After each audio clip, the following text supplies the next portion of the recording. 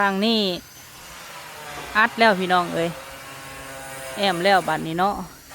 เห็นเป็นสัดส่วนแต่ว่าเฮาแอมทางในพี่น้องเอ้ย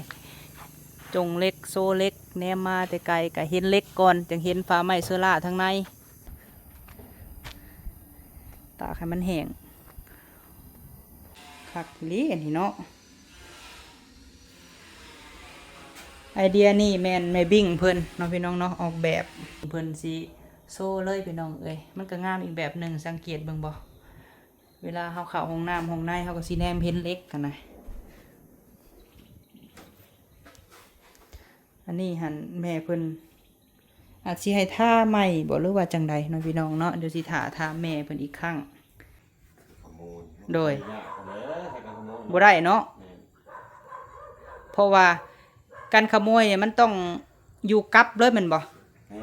ได้ก็สมมุติเฮาตะกันมันก็เฮ็ดทั้งนอกนี่แหละเฮ็ดทั้งนอกเฮ็ดบ้านต่างหาก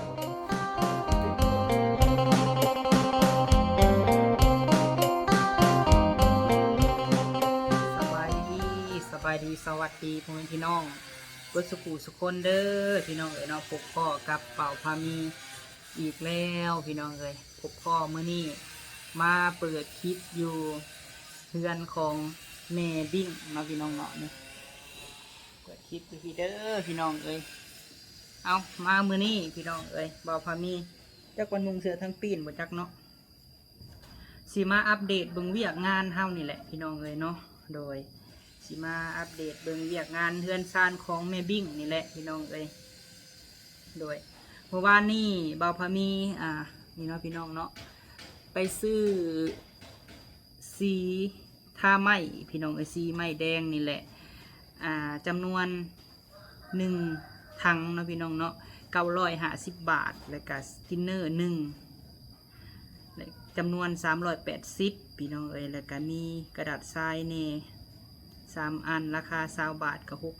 60แล้วก็มีบานพับ24 อันเนาะราคา28 บาทต่ออันกับ672 บาทเนาะแล้วก็มีไลกอน12 อันราคา65 บาทเป็น780แล้วก็ยวงจับจำนวน6เนาะราคา80 บาทกับ480 บาทพี่น้องเอ้ยแม่นบ่แล้วก็ยวงค่ำจำนวน12ราคา20 บาทกับ240 บาทเนาะแล้วก็มีแป้งทาสีอันหนึ่ง40 บาทพี่น้องเอ้ยเนาะนี่รวมทั้งหมดแมน3,000กับ62 บาทเนาะพี่น้องนี่เนาะโดย3,000กับ62 บาทเดี๋ยวให้เบิ่งก่อนนี่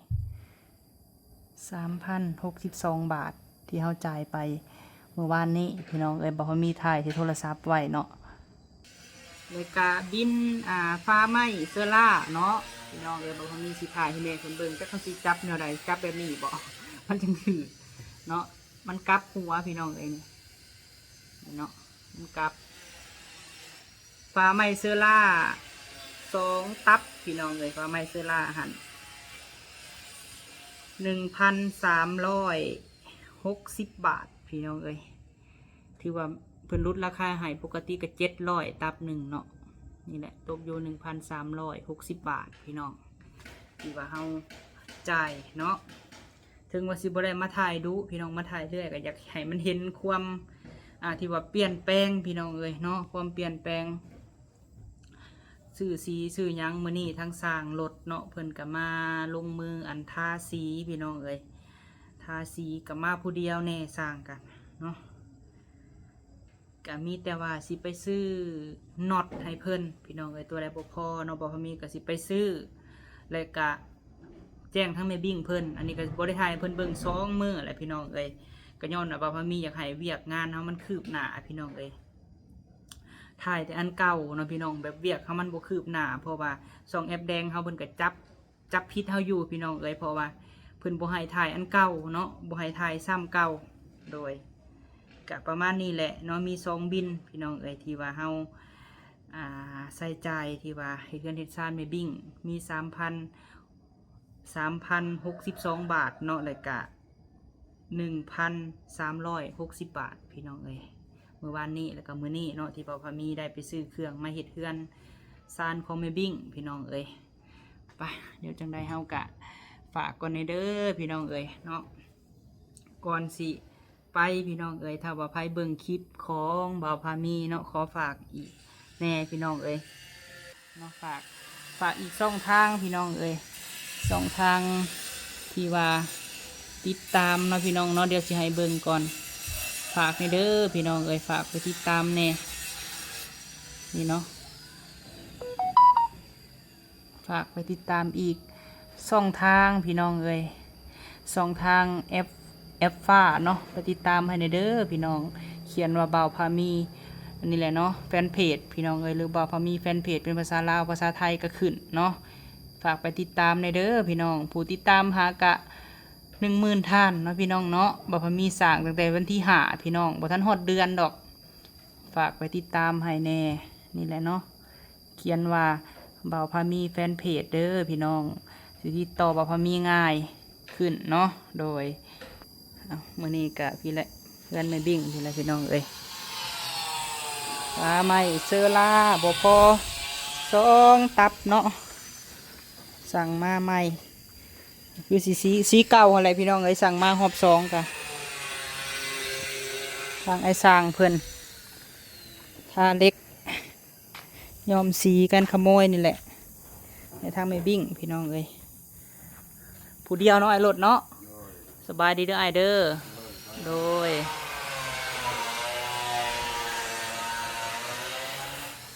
ข้างนี้อัดแล้วพี่น้องเอ้ยแอมแล้วบัดนี้เนาะ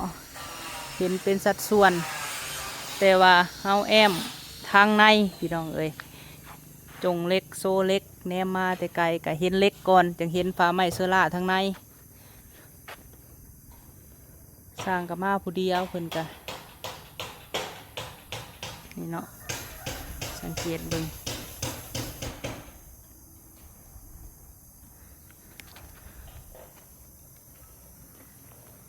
ทาสีไม้แดงมันก็เข้ากันแล้วแหละเนาะเพราะว่า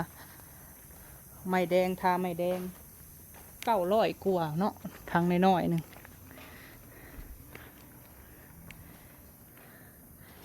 เอาเนาะมาอัปเดตเบิ่งพี่น้องเอ้ยทางสร้างเพิ่นกำลังทาสีบานตากให้มันแห้งและเนาะมือต่อไปเพื่อเพิ่นจังสิได้ใส่2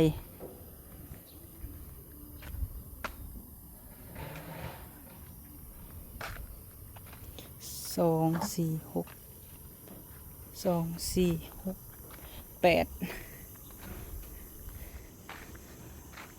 ทาแล้วพี่น้องเลยเพิ่นกำลังทาอันขอบวงกบอยู่ไอแห้งคักก่อนเพิ่นสิใส่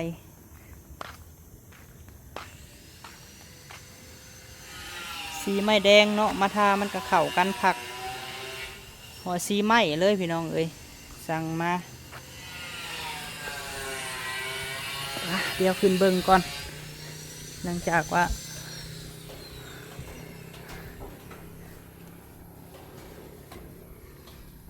เด้เนาะแอมทางในโอ้คักๆอยู่ได้นี่เนาะ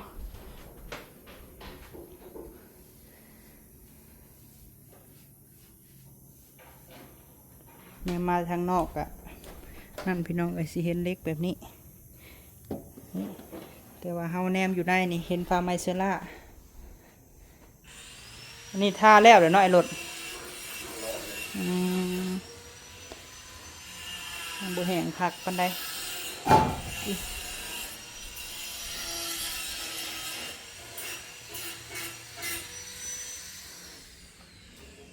นี่ทางนี้ก็เพิ่นท่าแล้วเลยก็อนุญาตเจ้าของเฮือนเด้อขึ้นมาเฮือนขึ้นมาแล้วยังขออนุญาตโอ้โธ่พี่น้องเอ้ยคักลีอันนี้เนาะไอเดียนี่แมนแม่บิ้งเพิ่นเนาะพี่น้องเนาะออกแบบเพิ่นกา ออกแบบคักอยู่ได้พี่น้องเอ้ย แม่เป็นคนออกแบบเนาะแบบเข้ามาอะไรอบอุ่นพี่น้องเอ้ยสังเกตเบิ่งบ่แต่ว่าทางในนี่เฮาสิบ่ได้ใส่เพดานเนาะพี่น้องแบบปล่อยให้เห็นเล็กแม่เพิ่นว่าเนาะอันนี้แอมแต่ทางในแต่บ่ได้แอมนอกพี่น้องเอ้ยเด้ส่องต่ออันนี้ก็แป้นนี่ถ้าว่าฝนตกมันก็จะบ่สาดเข้ามาเนาะเข้าแต่คือบ่หลายพี่น้องเอ้ยถามว่าเข้าบ่แต่เข้าแต่ว่าข้างนี้จะบ่เข้าเลยพี่น้องเอ้ยนี่เนาะเห็นบ่ห้อยต่ออันนี้เด้เพิ่นอัดไปเลย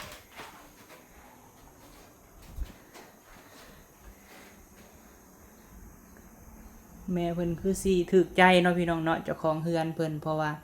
แม่เพิ่นออกแบบเองอันนี้ก็พอดีงามเลยพี่น้องสังเกตเบิ่งบ่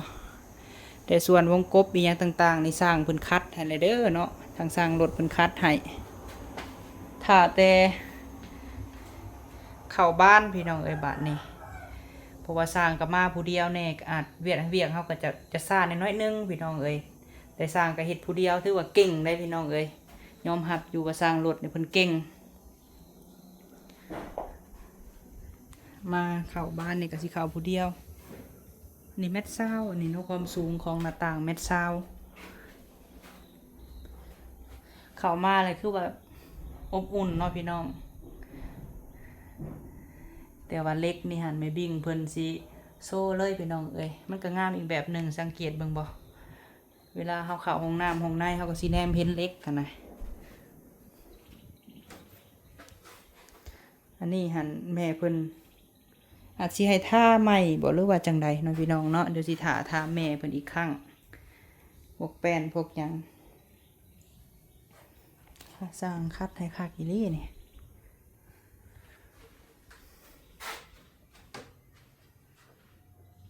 อันนี้บ่เป็นหยังพี่น้องเอ้ยมันสูง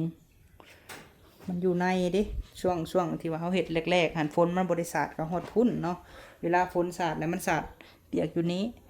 แต่บัดนี้หันคือสิบ่เป็นหยังพี่น้องเอ้ยบัดเฮาใส่อันบานเขาเนาะอีกพุ่นแหละมื้อ2มื้อพุ่นแหละพี่น้องเอ้ยท่านสร้างเพิ่นมาหลายคนกับเพิ่นได้เฮ็ดผู้เดียวเพิ่นนะเพราะว่ามีแต่จับซอยซื้อเพิ่นว่า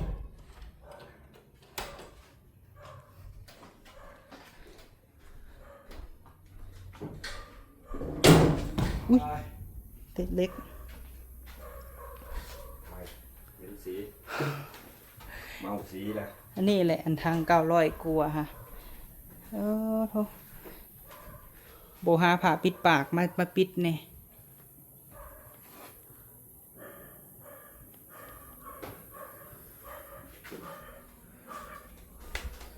ผู้เดียวเนี่ยหน่อยรถผู้เดียว ขึ้นลงอยู่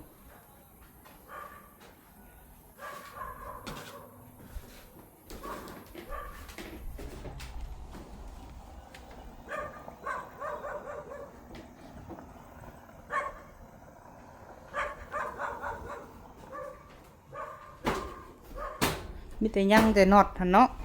สั่งเพิ่นบ่มาให้ได้เวียดนี่ลืมบ่จักทง2บ่ทงเดียวเนาะเพราะว่าบรรพับรายกรเฮาได้เพิ่นแหละอันนี้นี่จะแทกใส่พอดีอยู่บ่อันบ้านตัวน่ะฮะถ้าละแทกซ้ำติพอดีกันไหมไอ้รถถามก่อนเพิ่นอันนั้นแหละแม่เพิ่นว่าอันประตูทางออกนี่หั่นใส่กันขโมยได้บ่โดยบ่ได้เนาะเพราะว่าการขโมยเนี่ยมันต้องอยู่กับเลยแม่นบ่ได้ก็สมมุติเฮาตัดกันมันก็เฮ็ดทั้งนอกอยู่แล้วเฮ็ดทั้งนอกเฮ็ดบ้านทั้งหาบ่ติบ่เปิดบ่ได้เปิดบ่ได้เนาะเปิดบ่ได้เพิ่นถามมาเพิ่นว่ามันติดเสามันเปิดบ่ได้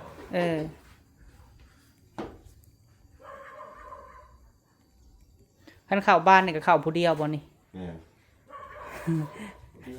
เห็นแล้วได้มีคนเนาะบ่มีคนได้อยู่บ่แลอันน่ะว่าถามมันนะฮะอันคนมาอันมาสาบนะย ยังบ่ทันได้หาว่านยังบ่เห็นยังบ่มีให้รับตอบอยู่เขายังข้าวเวียกอยู่ท่านคาเวียกอยู่ติแม่น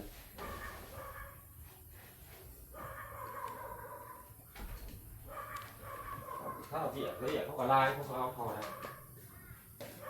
แม่นนั่นแหละ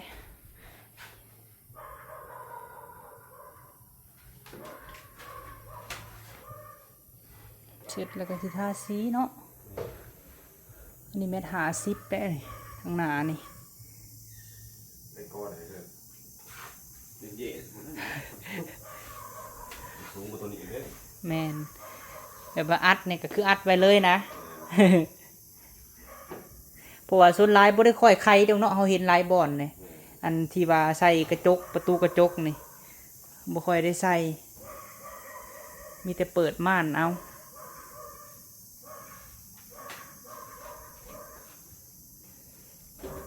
ขึ้นอยู่หักฮ้อนเนาะพี่โหลดทั้งลมทั้งฝนยังตัวนี้อีกเนาะไอ้เนาะแอนตัวนี้อีกกันบ่ที่สั่งมา2 ตับฮะคิวซีเลย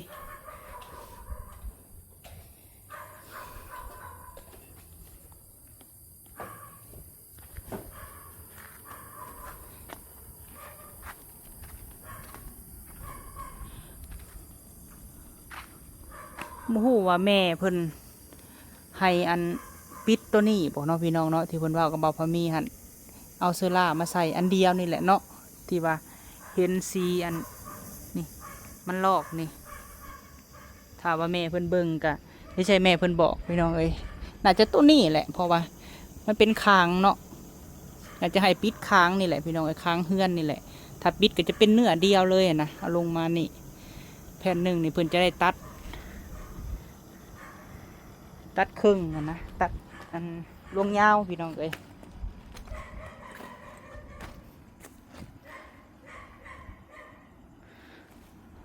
พื้นที่นี่มานะนี่ประมาณ1 เมตรเนาะพื้นที่ดินของแม่บิ่งนี่ประมาณ1 เมตรนี่1 เมตรนี่แหละพี่น้องเลย1 เมตรแล้วมันจะไปพุ่นเนาะยาวไปพุ่นมันทายให้แม่เพิ่นเบิ่งเพราะว่าดินมันจะมาทางนี้นะพี่น้องพุ่นแล้วมันสิไปกว้างพุ่นเนาะนั่นแหละเขาเลยว่าปลูกยังบ่ได้ถ้าว่าจะเห็ดกำแพงก็คือเห็ดอยู่นี่เลยนะนี่ก็ประมาณ2 เมตรนี่แหละเนาะคันต่อออกบางทีเนาะต่อไปยันว่าแม่เพิ่นกับพ่อเพิ่นจะเห็ดกันศาสตร์พี่น้องเอ้ยเพราะว่ายันว่าเพิ่นอยากเห็ดเพราะว่าได้ยินเพิ่นว่าคร่าวๆแล้วเนาะแต่สิถ่ายให้พ่อแม่เพิ่นเบิ่งมุมกว้างๆถ้าว่าเห็ดกะอาจจะบุกว้างสำโต๊ะเก่าพี่น้องเอ้ยเพราะว่าพื้นที่เฮาทางนี้มันแคบเนาะก็ทุกผักหญ้าขาคิงตุคำพี่น้องเอ้ยเกี่ยวทึมอยู่ปลูกธรรมชาติเลยเพิ่นเนาะปลูกใส่บนดินเฮาจูดนี่แหละแต่ว่าบ่เห็นเจ้าของมาเก็บพี่น้องเอ้ยเฮาต้องเด็ดยอดมันจังสิเกิดงาม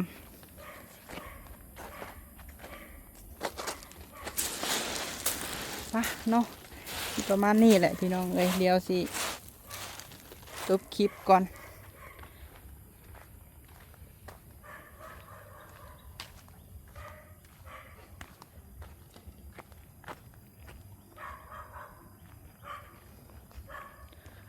ุกคนเดียวสั่งพี่น้องเอ้ย